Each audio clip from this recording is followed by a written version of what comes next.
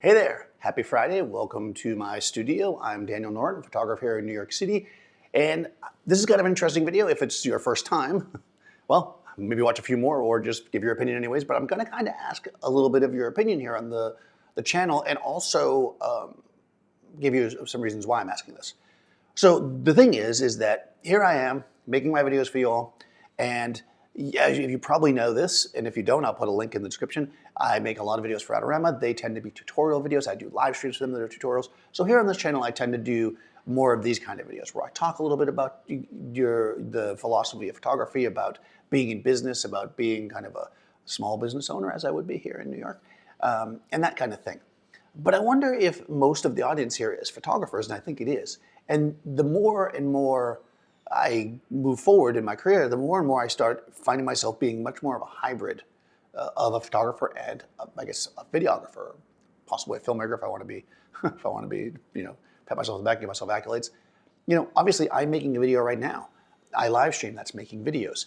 I do a lot of video content. I do a lot of what is essentially multimedia where I'm, even for companies where I'm shooting video and then I'm also shooting stills.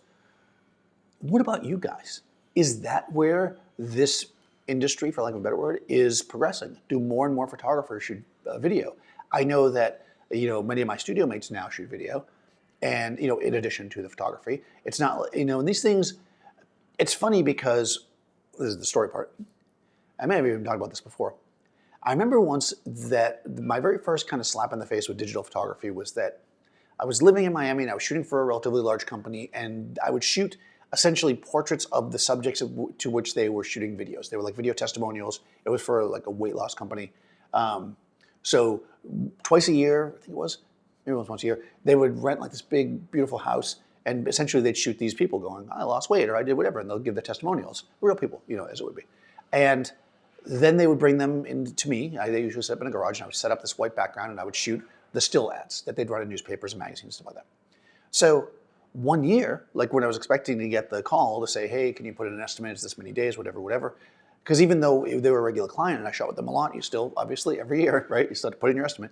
And I didn't get the call, so I called the art director that I normally work with, and they said, oh yeah, the video crew have purchased a camera, a digital stills camera, and they're going to shoot those now. And I thought, wow, that's really interesting. And I was like, well, can I, they're just going to make that decision. I mean, I could get a digital camera, and if they want digital shots, it's not really a problem. And they were like, oh no, they're including it for free, which is a bad policy. And I don't think too many people do that now, but I guess that was just a selling point for them to keep the video process. They were like, we'll just have one of our guys or girls, I guess, shoot the stills, because anybody can shoot a still, right? And I remember being like, wow, that's really interesting. And the second thing, which was right around that same time period, a friend of mine who did a lot of mock-ups for advertising agencies, like they'd come in and do basic layouts and photograph them to present to clients, they also kind of started losing a bunch of business by people shooting digital. So the reason why I'm bringing this up is not to bash digital, it was kind of a transitional period, is that it became, well, when digital SLRs first started shooting good video, so we'll call this like the Canon 5D Mark II. Lots of filmmakers, or especially smaller ones, bought them to shoot video because of the look they could get with them, and they were inexpensive relatively, blah, blah, blah. And some photographers, because they saw the ability to shoot video with it, decided, hey, I'm going to start doing a little video. And what I learned was a lot of the photographers I would interact with back then, because they would call me to consult them to get lighting and stuff, because I was a lighting person for both stills and video, and I understood all the lighting.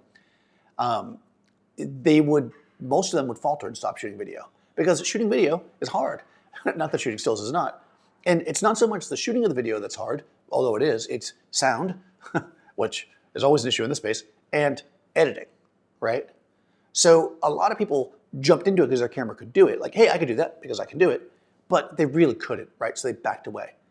But now I think client demand is making it so that more and more photographers need to learn to do video. They can no longer say, oh no, I don't want to learn how to use Adobe Premiere or Final Cut or whatever people are using, DaVinci. I need to figure out how to use one of these softwares so that I can edit, because I have a camera that can shoot excellent video, and the client wants video. And I'm either going to have to take a big chunk out of my fee by hiring a videographer or an editor, or I'm going to have to learn these skills myself, right? Because otherwise, that way you can have the money, right? That way we have the money. So yeah, I think it's really interesting, and I'm curious. It's kind of a curiosity here.